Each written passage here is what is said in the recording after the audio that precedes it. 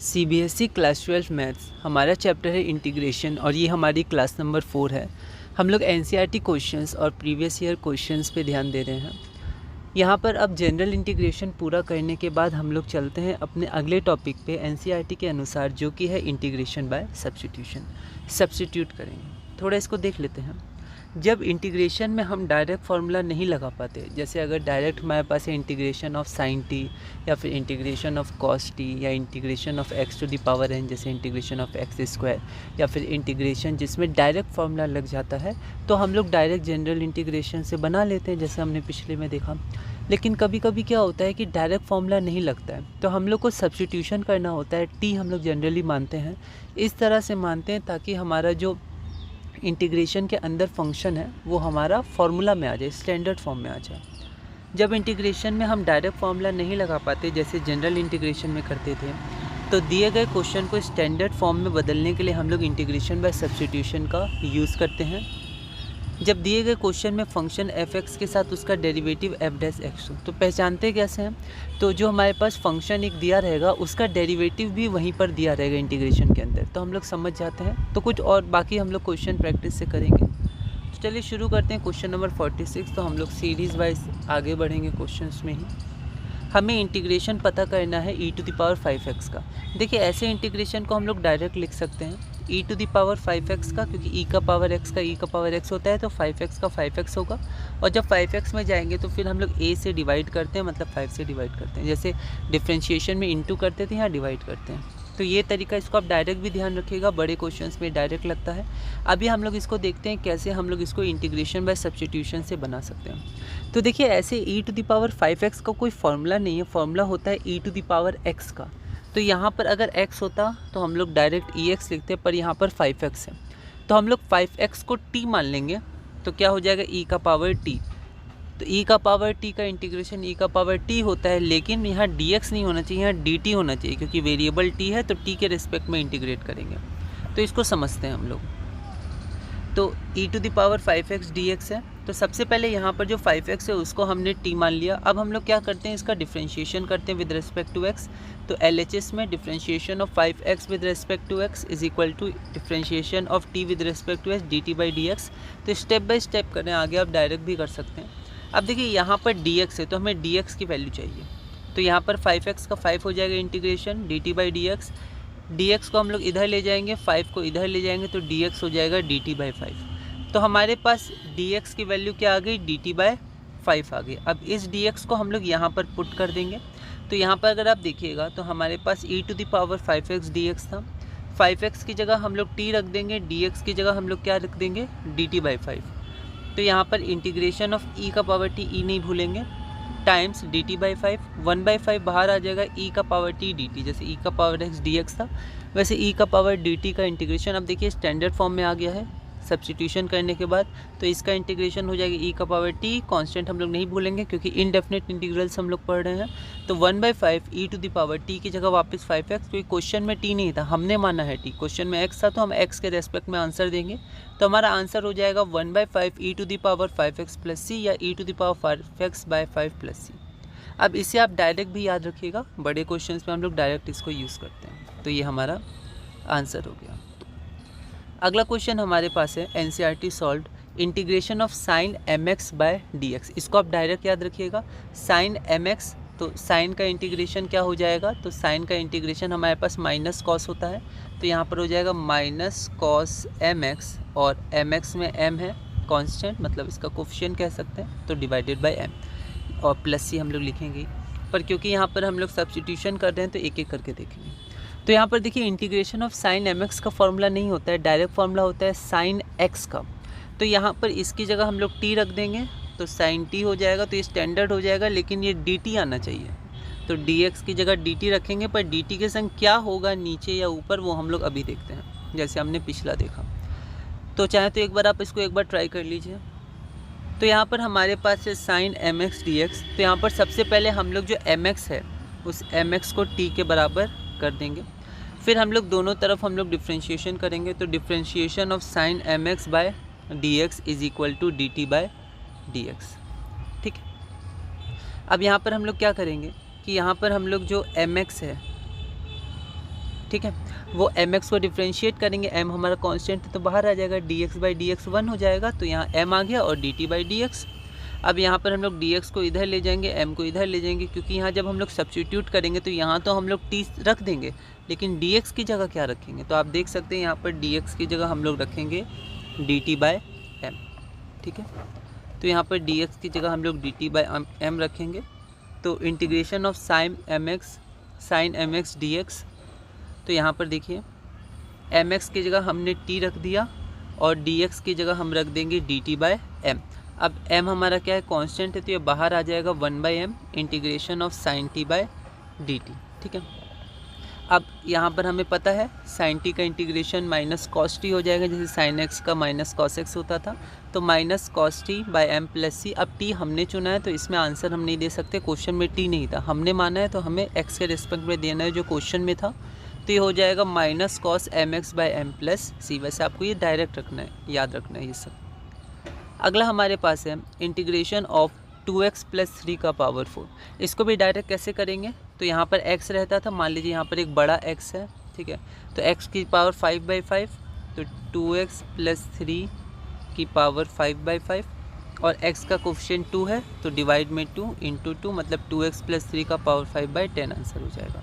पर यहाँ हम लोग एक एक करके देखते हैं। सबसे पहले हम लोग क्या करेंगे, 2x प्लस 3 को हम लोग t मान लेते हैं, यहाँ देखिए, तो t मान लिया। इसके बाद हम लोग को dt चाहिए, तो हम लोग दोनों तरफ डिफ्रेंशिएट करेंगे, तो यहाँ पर dx की वैल्यू dt बाय 2 आ जाएगा, तो यहाँ हम लोग t रख देंगे और यहाँ पर dt बाय 2 रख देंगे। बस यहाँ पर देखिए ये जो अंदर का हमारे पास है वो तो t के बराबर है पावर 4, और dx की जगह हमने रख दिया dt बाई 2, 1/2 बाहर आ जाएगा। अब t to the power 4 dt हो जाएगा t टू द पावर 5/5, जैसे x to the power n वैसे t to the power n, 4 यहाँ पर है तो 4 + 1/4 + 1, तो 1/2 into t to the power 5/5 plus c। अब यहाँ पर 5 × 10, तो 1/10, t की जगह 2x प्लस 3 रख देंगे, तो 2x plus 3 power 4 plus c। हम डायरेक्ट भी इसको ध्यान रख सकते हैं, तो यहाँ पर कोफिशिएंट 2 था तो यहाँ पर नीचे 2 से भी इंटू कर दिए, तो 2x प्लस 3 का पावर 5/10, सॉरी यहाँ पर 5 होगा तो इसका ध्यान रखें, 4 नहीं 5 होगा, क्योंकि 5 हो गया था ना, 4 + 1 5, तो 2x प्लस 3 की पावर 5/10 प्लस c, ठीक है। चलिए और तरह के क्वेश्चन हम लोग देखते हैं। अगला क्वेश्चन हमारे पास है integration of 2x sine x² + 1 into dx। एक बार आप ट्राई करिए। तो यहाँ पर देखिए, यहाँ पर हम लोग क्या सब्स्टिट्यूट करेंगे, यहाँ 2x भी है, x² + 1 भी है, तो आप ध्यान दीजिए x² + 1 का डिफ्रेंशिएशन क्या होता है, तो x² का 2x और 1 का 0 2x, और 2x यहाँ दिया भी हुआ है। तो जब किसी फंक्शन का डिफ्रेंशिएशन दोनों साथ में हो तो उस फंक्शन को हम लोग t मान लेते हैं, क्योंकि हम लोग देख रहे थे, हम लोग जिसको t मानते थे फिर डिफ्रेंशिएशन करते थे, तो हम लोग इसको मान लेंगे t। तो जैसे ही हम लोग इसको मानेंगे t, तो यहाँ पर डिफ्रेंशिएट करेंगे इसको, ठीक है, तो यहाँ x² + 1 भी है और इसका डिफ्रेंशिएशन 2x भी है। फिर जैसे हम लोग करेंगे तो यहाँ पर 2x = dt बाई dx आएगा। अब हम लोग dx को इधर लाते थे, बाकी को इधर लाते थे, लेकिन यहाँ हम लोग इधर नहीं लाएंगे 2x को नीचे, क्यों, क्योंकि हमें 2x dx पूरा का मान चाहिए, पूरा का वैल्यू। देखिए यहाँ पर जैसे ही हम लोग इसको t रखेंगे तो यहाँ बचेगा 2x × dx, और 2x dx एक साथ हमारा dt हो जाएगा, तो स्टैंडर्ड फॉर्म में चेंज हो जाएगा। तो यहाँ देखिए आप, तो यहाँ पर हमारे पास है integration of 2x sine x² + 1 dx, तो x² + 1 की जगह t रखा और इस 2x dx की जगह हमने dt रख दिया, तो ये हमारे पास हो गया, ये हमारे पास हो गया साइन t dt का इंटीग्रेशन, तो ये हो जाता है minus cos t plus c। अब t हमने चुना था, t की वैल्यू x² + 1 है, तो ये हो जाएगा minus cos x² + 1 plus c। आगे हम लोग बढ़ते हैं। आगे हमारे पास है NCERT थ्योरी का क्वेश्चन है, इंटीग्रेशन ऑफ 10x dx। वैसे आपको इसको डायरेक्ट याद रखना है, पर हम लोग यहाँ पर थोड़ा समझते हैं इसको, एक बार आप कोशिश करिए। तो यहाँ पर देखिए, सबसे पहले हम लोग इसको डायरेक्ट फॉर्मूला की तरह ध्यान रखना है। 10x को लिख देंगे sin x by cos x।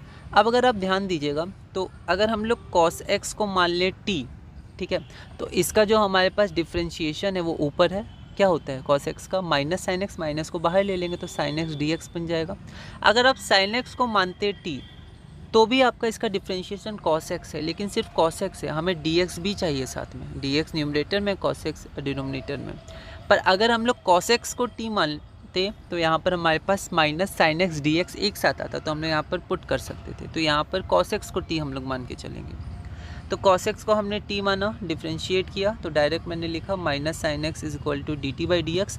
अब डी एक्स को उधर भेज देंगे क्योंकि sine x D x total की वैल्यू हमें न्यूमरेटर में चाहिए, तो इसकी वैल्यू आ जाएगी, माइनस का ध्यान रखेंगे, माइनस डी टी। बस वैल्यूज़ पुट कर देंगे। cos x की जगह हमने t और sin x dx, इस पूरे की जगह माइनस डी टी, माइनस बाहर आ जाएगा तो 1/t का log mod t plus T हो जाएगा, सॉरी प्लस सी हो जाएगा। अब यहाँ पर t तो हमने माना था, तो यहाँ पर माइनस log mod tt की जगह cos x प्लस सी। अब यहाँ ध्यान दीजिए कि जो माइनस ये पावर में आ जाएगा तो log cos inverse plus C, और cos इनवर्स 1/cos x मतलब sec x होता है, तो log mod sec x plus C.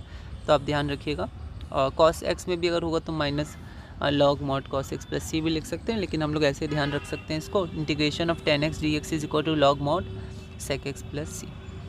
उसी तरह आपका cot x dx भी होता है cos x by sin x, उसको भी आप देख सकते हैं। तो यहाँ पर आपका हो जाएगा integration of tan x dx is equal to log mod sec x plus C, और integration of cot x dx is equal to log mod sin x plus C.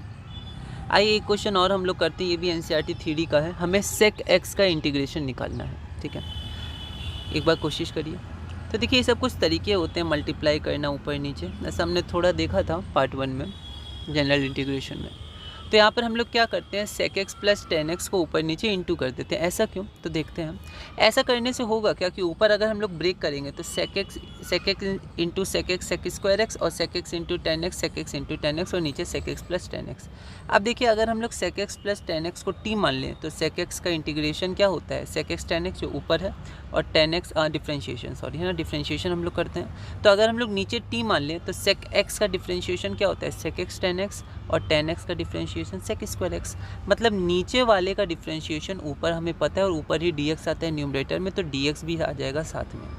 तो हम लोग क्या करते हैं, sec x plus tan x को t मान लेते हैं, दोनों को डिफ्रेंशिएट किया, तो sec x का sec x tan x और tan x का sec square x dt by dx, ठीक है। अब यहाँ पर हम लोग dx को उधर भेज देते हैं। अब हम लोग ध्यान रखेंगे, इसको हम लोग कट कर दें क्योंकि हमने एक्सपेंड कर दिया, तो एक्सपेंड के साथ हम लोग dx को ले लेंगे। तो sec square x plus sec x plus tan x dx is equal to dt। अब बस इसको 2 मान लिया है, और बस इसकी वैल्यूज़ पुट कर देंगे। तो यहाँ पर हम लोग लिख सकते हैं फ्रॉम 1 and 2, क्योंकि हमने माना था इसीलिए, ताकि हम लोग यहाँ लिख पाए। तो यहाँ पर हमारे पास ये क्वेश्चन में था, हमने थोड़ा मॉडिफाई करके इतना लिख दिया था। तो यहाँ पर फिर हम लोग आगे बढ़ते हैं, और तो sec x plus tan x की जगह हम लोग sec x plus tan x की जगह हम लोग t मान लेंगे, और ऊपर जो हमारे पास है sec x plus sec x tan x dx भी इसकी जगह dt मान लेंगे। अब 1/t dt हमारे पास क्या होता है, तो 1/t dt हमारे पास होता है log mod t plus c, और mod t की जगह जो t हमने माना है sec x plus tan x plus c, तो यहाँ पर इंटीग्रेशन ऑफ हमारे पास जो हमारा sec x हो जाएगा, integration of sec x dx is equal to log mod sec x plus tan x plus c। तो ये दो फार्मूला आप ध्यान रखिएगा। तो फार्मूलाज हमारे पास है, integration of sec x dx is equal to log mod sec x plus tan x plus c, और integration of cosec x dx is equal to log mod cosec x minus cot x plus c, ठीक है। अभी हम लोग और इसमें आगे बढ़ेंगे। तो इस वीडियो में हम लोग इतने ही रखते हैं, अगली वीडियो में हम लोग और आगे देखेंगे इंटीग्रेशन बाय पार्ट्स, और आप प्रैक्टिस करते रहिएगा, रिवीजन करते रहिएगा, और इसी तरह धीरे धीरे हम लोग अपने मैथ्स क्लास 12 इंटीग्रेशन बोर्ड में आगे बढ़ेंगे।